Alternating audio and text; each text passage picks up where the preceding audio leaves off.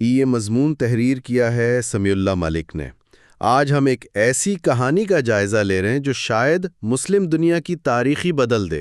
ایک ایسے دفاعی بلاک کی کہانی جو بننے سے پہلے ہی عالمی طاقتوں کی نظروں میں آ چکا ہے۔ اور اس کہانی کا پہلا باب پاکستان اور سعودی عرب نے لکھا ہے، لیکن لگتا ہے اس میں ترکیہ اور ایران جیسے بڑے کردار بھی شامل ہونے کو تیار ہیں۔ مضمون کے مطابق یہ صرف ایک فوجی معاہدہ نہیں ہے۔ جی، سمیع اللہ ملک اسے ایک تہذیبی اعلان قرار دیتے ہیں۔ یہ ایک بہت بڑا دعویٰ ہے۔ بالکل۔ آئیے دیکھتے ہیں کہ اس دعوے کے پیچھے کیا دلائل ہیں۔ اچھا، اس معاہدے کی جو سب سے مرکزی شک ہے وہ یہ ہے کہ کسی ایک ملک کے خلاف جارحیت کو دونوں ریاستوں کے خلاف جارحیت تصور کیا جائے گا۔ الفاظ تو بہت طاقتور ہیں۔ بہت زیادہ۔ لیکن اسٹریٹجک زبان میں اس کا اصل مطلب کیا ہے؟ دیکھیں، اس کا مطلب سیدھا سا ہے۔ آپ اتنے طاقتور نظر آئیں کہ کوئی آپ سے الجھنے کا سوچے بھی نہ۔ یعنی ڈیٹرنس؟ بالکل۔ اسٹریٹجک زبان میں اسے ڈیٹرنس کہتے ہیں۔ یہ معاہدہ بالکل اسی طرح کا ایک عسکری اور نفسیاتی حصار قائم کرتا ہے جہاں پاکستان اور سعودی عرب ایک دوسرے کی ڈھال بن گئے ہیں۔ تو یہ صرف کاغذ پر لکھی ایک شک نہیں ہے؟ نہیں، یہ ایک مشترکہ تقدیر کا اعلان ہے کہ ہمارا دفاع اب ایک ہے۔ اچھا، لیکن یہ سب کچھ اچانک کیوں ہو رہا ہے؟ مطلب مسلم دنیا میں اتحاد کی ضرورت تو ہمیشہ سے محسوس کی جاتی تھی۔ آج ایسا کیا بدل گیا کہ یہ معاہدہ حقیقت بن گیا؟ یہ ایک بہت اہم سوال ہے۔ کیا یہ صرف غزہ کے بحران کا کوئی رد عمل ہے یا اس کے پیچھے کوئی بڑی اسٹریٹجک تبدیلی ہے؟ دیکھیں، اس کی وجہ صرف کوئی ایک واقعہ نہیں بلکہ عالمی سلامتی کے نظام میں پیدا ہونے والا شدید عدم توازن ہے۔ اچھا۔ آپ دیکھیں، مشرق وسطیٰ دہائیوں سے تنازعات کی آگ میں جل رہا ہے۔ غزہ کا انسانی بحران پوری دنیا کے سامنے ہے۔ جنوبی ایشیا میں ایٹمی طاقتیں آمنے سامنے ہیں۔ اور مسلم ریاستوں پر دباؤ بھی بڑھ رہا ہے؟ جی، ان پر سیاسی، معاشی اور عسکری دباؤ مسلسل بڑھ رہا ہے۔ یعنی ایک طرح کا سیکیورٹی خلا پیدا ہو چکا تھا اور مسلم دنیا کو یہ احساس ہو رہا تھا کہ پرانے عالمی نظام پر اب بھروسہ نہیں کیا جا سکتا۔ بالکل۔ ان حالات نے اسلامی دنیا میں ایک ایسے اجتماعی دفاعی ماڈل کی ضرورت کو شدت سے اجاگر کیا ہے جو ان کے اپنے مفادات کا تحفظ کرے۔ نیٹو کی طرز پر کوئی ماڈل؟ ہاں، ایک ایسا ماڈل جو نیٹو کی طرز پر ہو، اجتماعی دفاع کی ضمانت دے، لیکن اس کی بنیاد مغربی سیاسی بالادستی پر نہ ہو۔ یعنی وہ آزادانہ طور پر اپنے فیصلے کر سکے؟ جی، یہ رد عمل سے زیادہ ایک احساس ذمہ داری ہے کہ اب اپنی حفاظت خود کرنی ہوگی۔ آپ نے نیٹو کا ذکر کیا۔ نیٹو کا آرٹیکل 5 تو مشہور زمانہ ہے۔ جی، ایک پر حملہ سب پر حملہ۔ وہی اصول جس نے سر جنگ کے دوران یورپ کو جوڑے رکھا۔ مضمون کہتا ہے کہ اس معاہدے میں بھی ویسی ہی روح موجود ہے۔ کیا یہ واقعی اسلامی دنیا کا اپنا آرٹیکل 5 بننے جا رہا ہے؟ موازنہ بالکل درست ہے۔ بنیادی اصول یعنی کلیکٹیو ڈیفنس دونوں میں ایک ہی ہے۔ یہی وہ اصول ہے جو مشترکہ ڈیٹرنس کی دیوار کھڑی کرتا ہے۔ جی، اور کسی بھی ممکنہ دشمن کو جارحیت سے روکتا ہے۔ یہ ایک آزمودہ فارمولہ ہے جس نے یورپ میں کئی دہائیوں تک امن کو یقینی بنانے میں مدد دی۔ لیکن مضمون میں اس بات پر بھی زور دیا گیا ہے کہ یہاں ایک بنیادی فرق بھی ہے جو شاید اس کی روح کو نیٹو سے مختلف بناتا ہے۔ جی، اور یہ فرق نظریاتی اور تہذیبی ہے۔ دیکھیں، نیٹو بنیادی طور پر مغربی سیاسی اور معاشی مفادات کا محافظ ہے۔ اس کی ترجیحات، اس کا دائرہ کار، سب اسی محور کی گرد گھومتا ہے۔ بالکل، جبکہ اس اسلامی دفاعی اتحاد کا مقصد، جیسا کہ ذرائع سے ظاہر ہوتا ہے، امت کے وجود، اس کی خود مختاری اور سب سے بڑھ کر اس کے مقدسات کا تحفظ ہو سکتا ہے۔ تو یہ تاریخ میں شاید پہلی بار ہو رہا ہے۔ ہاں، یہ ایک مسلم مرکوز دفاعی تصور کی پہلی عملی مثال کے طور پر سامنے آ رہا ہے جو مغربی بلاک سے آزاد ہے۔ یہ تو ایک بہت بڑا نظریاتی شفٹ ہے۔ اگر ہم اس کے باضابطہ اہداف کی بات کریں تو یہ معاہدہ کن عملی نکات پر مرکوز ہے؟ اچھا، اس کے کلیدی اہداف بہت واضح ہیں۔ پہلا، دونوں ممالک کے درمیان دفاعی تعاون کو ایک رسمی اور مستقل ادارہ جاتی ڈھانچے میں تبدیل کرنا۔ یعنی اب یہ تعلقات صرف وقتی ضرورتوں یا شخصی مراسم پر مبنی نہیں ہوں گے؟ نہیں، بلکہ ایک مستقل نظام کے تحت چلیں گے۔ دوسرا، موجودہ اور مستقبل کے خطرات کے خلاف مشترکہ تیاری اور منصوبہ بندی کرنا۔ اور ان خطرات میں کیا کچھ شامل ہے؟ کیا یہ صرف روایتی جنگ کی بات ہو رہی ہے؟ نہیں، بالکل نہیں۔ اس میں روایتی جنگ سے لے کر ہائبرڈ وار، سائبر حملے، میزائل ٹیکنالوجی اور ڈرون ٹیکنالوجی جیسے جدید دور کے تمام چیلنجز شامل ہیں۔ اچھا، تیسرا ہدف عسکری، انٹیلیجنس اور دفاعی صنعت میں تعاون کو فروغ دینا ہے تاکہ دونوں ممالک دفاعی پیداوار میں خود کفیل ہو سکیں۔ اور چوتھا علاقائی اور عالمی امن کے لیے ایک مشترکہ اور فعال کردار ادا کرنا ہے۔ تو یہ اہداف اسے محض ایک دفاعی پیکٹ نہیں بلکہ ایک جامع اسٹریٹجک پارٹنرشپ بناتے ہیں۔ ظاہر ہے کوئی بھی معاہدہ صرف کاغذ کا ٹکڑا ہوتا ہے جب تک کہ اس کے پیچھے مضبوط قیادت نہ ہو۔ اتنے بڑے اسٹریٹجک معاہدے کو عملی شکل دینے میں کلیدی شخصیات کون سی ہیں؟ بلا شبہ اس میں سعودی ولی عہد شہزادہ محمد بن سلمان اور پاکستانی وزیر اعظم شہباز شریف کے درمیان جو اسٹریٹجک ہم آہنگی ہے اس نے فیصلہ کن کردار ادا کیا ہے۔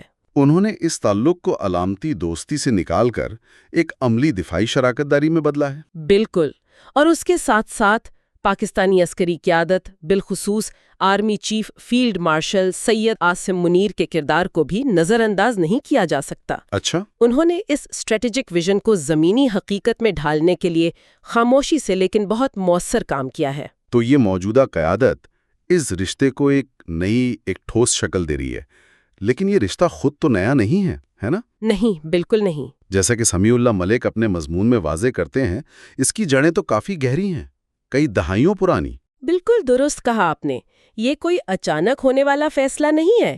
اس کے پیچھے 8 دہائیوں پر محیط ایک آزمودہ اور بااعتماد رشتہ ہے۔ اس میں عسکری تربیت، دفاعی مشاورت، یہ سب تو پہلے سے چل رہا تھا۔ جی، اور انٹیلیجنس تعاون ہمیشہ سے شامل رہا ہے۔ یہ معاہدہ اسی تاریخی رشتے کو ایک قانونی اور اسٹریٹجک چھتری فراہم کرتا ہے، اسے غیر رسمی سے رسمی شکل دیتا ہے۔ اور مضمون میں ایک اور پہلو کا بھی ذکر ہے جو پاکستان کے لیے غیر معمولی اہمیت کا حامل ہے۔ جی، اور وہ ہے پاکستان کا نیا کردار۔ اس معاہدے کے بعد پاکستان حرمین شریفین کے تحفظ میں باضابطہ طور پر سعودی عربیہ کا دفاعی شراکت دار بن گیا ہے۔ اور تاریخ میں یہ اعزاز کسی غیر عرب ریاست کو شاذ و نادر ہی حاصل ہوا ہے۔ بالکل، یہ کردار پاکستان کو اسلامی دنیا میں ایک مرکزی دفاعی ستون کی حیثیت دیتا ہے، اور یہ ذمہ داری محض عسکری نہیں بلکہ کروڑوں مسلمانوں کے لیے ایک عقیدتی اور تہذیبی اہمیت بھی رکھتی ہے۔ یہاں سے بات بہت دلچسپ ہو جاتی ہے، یہ صرف 2 ممالک کا کلب نہیں لگ رہا۔ نہیں، ایسا لگتا ہے کہ دوسرے بڑے مسلم ممالک بھی اس اتحاد میں گہری دلچسپی کا اظہار کر رہے ہیں۔ ایران کی طرف سے کیا پیش رفت ہوئی ہے، یہ تو ایک بہت بڑی خبر ہے۔ یہ واقع ایک بہت اہم اور آپ کہہ لیں حیران کن پیش رفت ہے۔ حال ہی میں ایرانی پارلیمنٹ کے اسپیکر محمد باقر نے پاکستان کا دورہ کیا، جی، اور انہوں نے کھلے عام یہ خواہش ظاہر کی کہ ایران کو بھی اس دفاعی معاہدے میں شامل کیا جائے۔ انہوں نے اس سے بھی آگے بڑھ کر یہ تجویز دی کہ OIC کو نیٹو کی طرز پر اسلامی ممالک کی ایک مشترکہ فوج تشکیل دینی چاہیے۔ ایک منٹ، ایران اور سعودی عرب دہائیوں سے حریف رہے ہیں، کیا ایران کی اس اتحاد میں شمولیت کی خواہش حقیقت پسندانہ ہے؟ سوال تو بنتا ہے۔ یا یہ صرف ایک سیاسی بیان ہے؟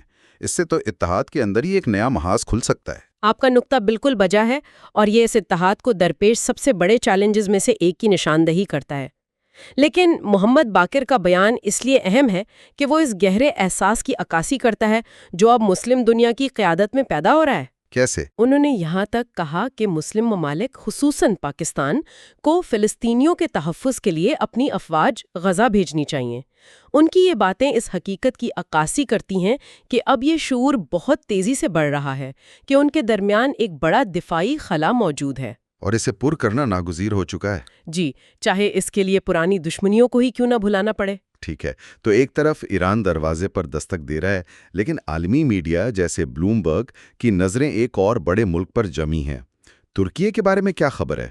عالمی خبر رساں ادارے اس پیش رفت کو بہت سنجیدگی سے دیکھ رہے ہیں۔ بلومبرگ کی رپورٹ تو بہت کچھ کہتی ہے۔ جی، بلومبرگ کے مطابق پاکستان، ترکیہ اور سعودی عرب پر مشتمل ایک دفاعی اتحاد صرف مشرق وسطی تک محدود نہیں رہے گا، بلکہ اس سے آگے تک، یعنی وسطی ایشیا اور افریقہ تک طاقت کے توازن کو بدلنے کی صلاحیت رکھتا ہے۔ بالکل، وہ اسے ایک علاقائی نہیں بلکہ ایک بین البراعظمی بلاک کے طور پر دیکھ رہے ہیں۔ واہ، بلومبرگ کی یہ بات تو بہت اہم ہے۔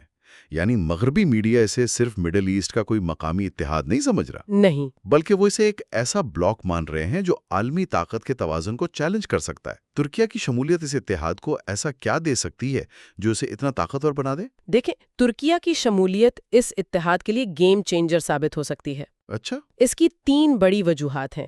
ایک، اس کے پاس جدید عسکری ٹیکنالوجی ہے، خاص طور پر ڈرونز اور فضائی دفاع میں۔ دوسرا، اس کے پاس نیٹو میں کام کرنے کا دہائیوں پر محیط تجربہ ہے، جو آپریشنل اور کمانڈ سٹرکچر کے لحاظ سے انمول ہے۔ جی، اور تیسرا، اس کی دفاعی صنعت بہت مضبوط اور خود کفیل ہے۔ ان تینوں چیزوں کا امتزاج اس اتحاد کو وہ تکنیکی اور آپریشنل برتری دے سکتا ہے جو اسے عالمی سطح پر ایک بڑی طاقت بنا دے گی۔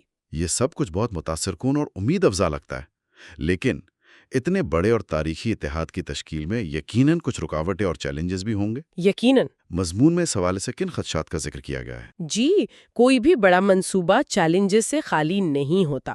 مضمون میں 3 بڑے ممکنہ چیلنجز کی نشاندہی کی گئی ہے۔ سب سے پہلا اور شاید سب سے بڑا، مسلم دنیا کے داخلی سیاسی اختلافات ہیں۔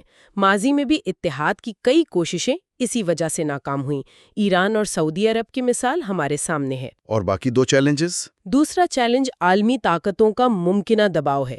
کوئی بھی عالمی طاقت یہ نہیں چاہے گی کہ ان کے اثر و رسوخ سے باہر کوئی نیا طاقتور عسکری اور سیاسی بلاک ابھرے۔